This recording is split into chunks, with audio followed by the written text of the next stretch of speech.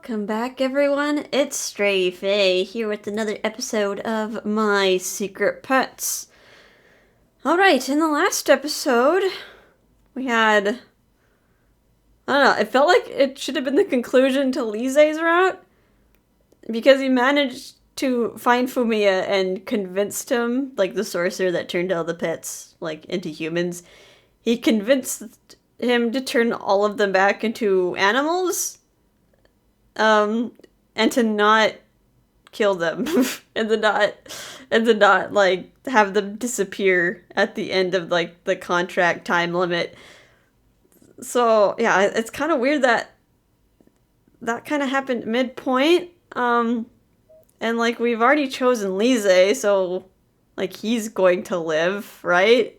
But however, Fumiya seems to have, like, an additional bit of information to tell us.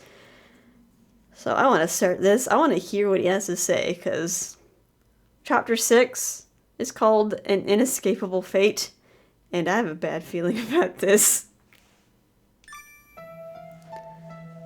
What are you talking about?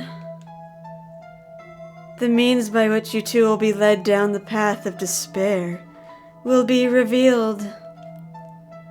What do you mean? The fate waiting for you two, bound by this miracle, is a sad one.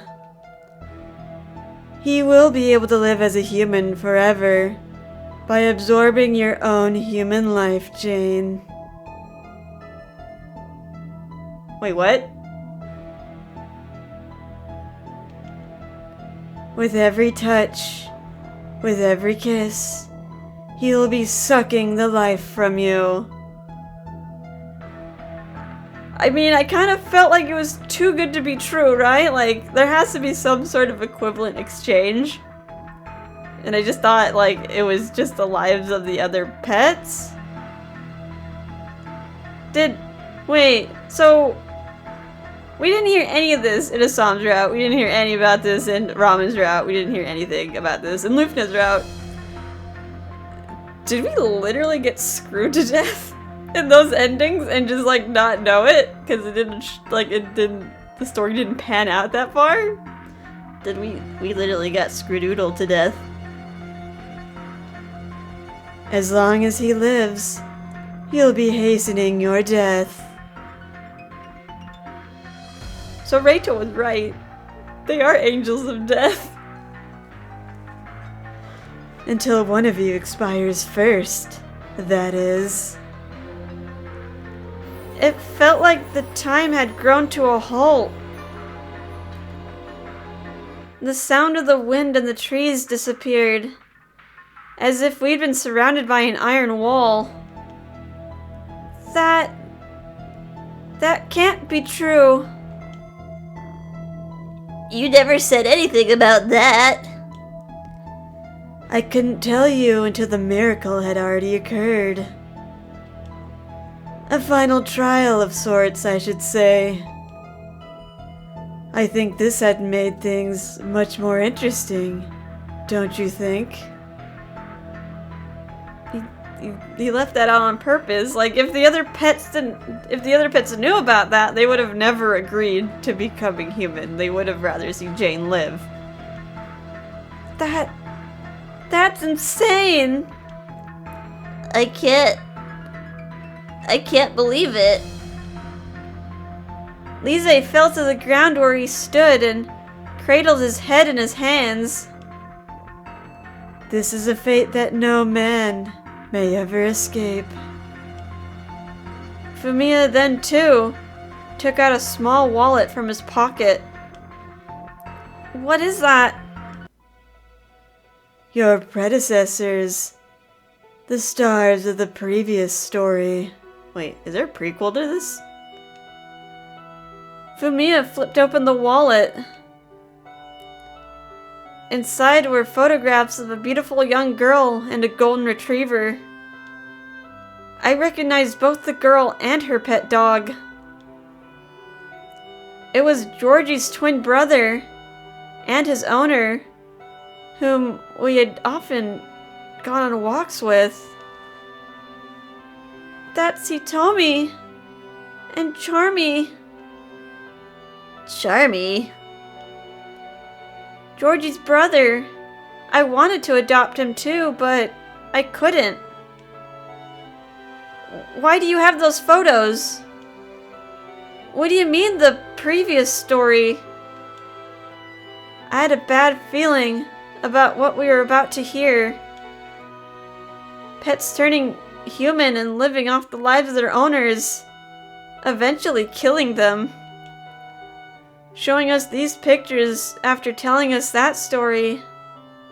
Does that mean... No! When I looked at Fumiya, he simply put the wallet away. No change in his expression whatsoever. What happened to them? Where are they now? Are they okay? Are they happy? Well, as for the dog, he's standing right in front of you. Huh? I am Charmy. Which one do I pick? I can pick either of these things. I'm gonna be like Nunny. That's impossible. No, that's impossible. If you don't believe me, ask Georgie. Right, old boy? Georgie indeed looked at Fumiya and gave a bark. So, it really is true. Oh my god. I can hardly believe it, but... Taking no notice of my bewilderment, Fumiya, no, Charmy, simply smiled. It's good to see you again, Jane. A long time ago, I too became human, just like your own pets. I loved her. I wanted her to be mine forever. But didn't he just say that pets that became human lived off their owners' lives? Then... A chill ran through my entire body, down to my fingertips, which started to tremble. A dark blanket of fear gradually descended over me. Yes, the previous story ended in tragedy. Hitomi is dead. Charmy's ice-cold voice pierced my heart. I killed her. The darkness surrounded me until my vision went black. No! And letting the two of you bear the same fate. That is my retribution. I can pick either of these. Why us? Why us? That's something I cannot answer. But... All I can say is that the pair of you have a strong connection to my Hitomi. A strong connection? What do you mean? Well, I think that's enough about that. Lize, if you don't absorb some of her life, your own will soon expire. Will you choose to disappear forever? To take her life so that you may live? Or share what little life you have left between the two of you in love? Think very, very carefully. Just as I did. And with that, Charmy turned to go. Wait! There's still so much I need to ask you! No matter what more I tell you, nothing will change. Goodbye, for now. Charmy then walked away, vanishing into the darkness. Oh my god! For a few minutes, we couldn't move from where we stood. Eventually, we returned home, along with all my pets. Once again, animals. After putting everyone in their cages, Lize and I sat on the sofa. But we kept a distance between us. Neither of us said a word as we sat in silence.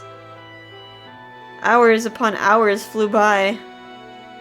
We simply sat together, too afraid to be apart. Friday came. I woke up, covered in a blanket. I must have fallen asleep. The house, so lively for the past several days, was eerily silent this morning. I glanced over to where Lize should have been, but he was gone. Lize? Shocked, I leapt out of bed, but then found him standing in the kitchen. Thank goodness. Good morning. Good morning. I'm making breakfast now. Thanks. Oh, oops. What's wrong? It's just the two of us now. I made enough for everyone. I used to complain about having to cook that much food, but... No. Okay. The correct option is option 1. It's really lonely without them, huh? It sure made the house awfully quiet. Memories of the noisy mornings came back to me, bringing a pain in my heart. We had such fun. But at least they're all still here, even if they can't talk. They're not going to disappear. Lize! It's all done. Great! Lize set the freshly made meal on the table. There's more eggs, salad, and toast than 2 people could possibly eat. Thanks, Lize. You're welcome. Let's eat. I was pretty sure both of us were thinking about what had happened yesterday, but afraid that speaking about it aloud would make it more real, I stayed quiet. It was Lize who spoke up first. You're thinking about yesterday, aren't you? Of course I was. We both were. But I wondered if telling Lize so would be the best thing to do. Alright, we can pick either of these. Let's be honest with them. I'll say yeah. Yeah. I thought so. Lize's expression turned to one of deep thought. But, you know, I just can't believe what he said about you stealing the life from me. I'm sure he was just trying to scare us. I wanted to believe that was true. Yeah, you're probably right. But Lize's pained expression didn't match his words. How can I cheer him up? Even after we finished eating, Lize made no move to interact with me. He was clearly upset by what Fumiya had said. That's certainly understandable. To be honest, I still couldn't wrap my mind around everything he'd said. It makes sense that Lize worried about it too. It must have been a huge shock to Lize, who'd always put my well-being over even his own. Maybe I'll stay home from school today. I can't leave Lize here in this state. No, you have to go to class. But It'll be fine. I promise. I'm not going anywhere. alright, pick either of these. Huh. Are we sure about that? Really? Really? I'm not gonna sneak off anymore. I'm gonna stay by your side until the very end. Until I'm gone. My chest felt tight at Lize's brave words, and tears came to my eyes. I reached out my hand to touch Lize, but avoiding me, he just headed into the kitchen. Lize! After we finally confessed our love to each other, he's scared now about stealing my life from me. I want to touch him, to kiss him, but he won't let me.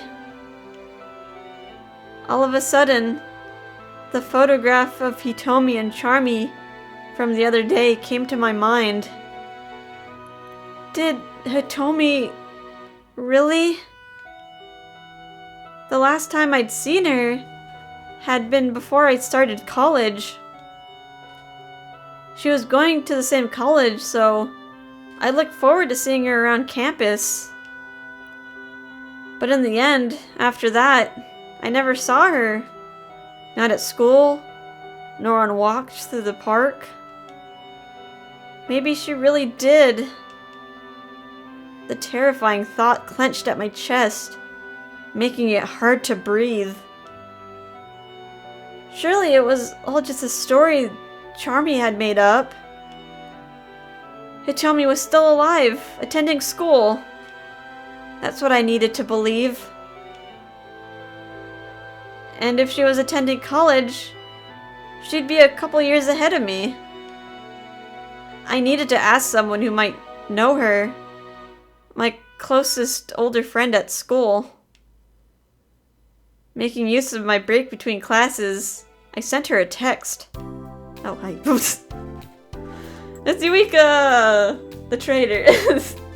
Yes, we learned all about her in Lufna's route. Alright, that voice I gave her. Jane. Hi, Eureka.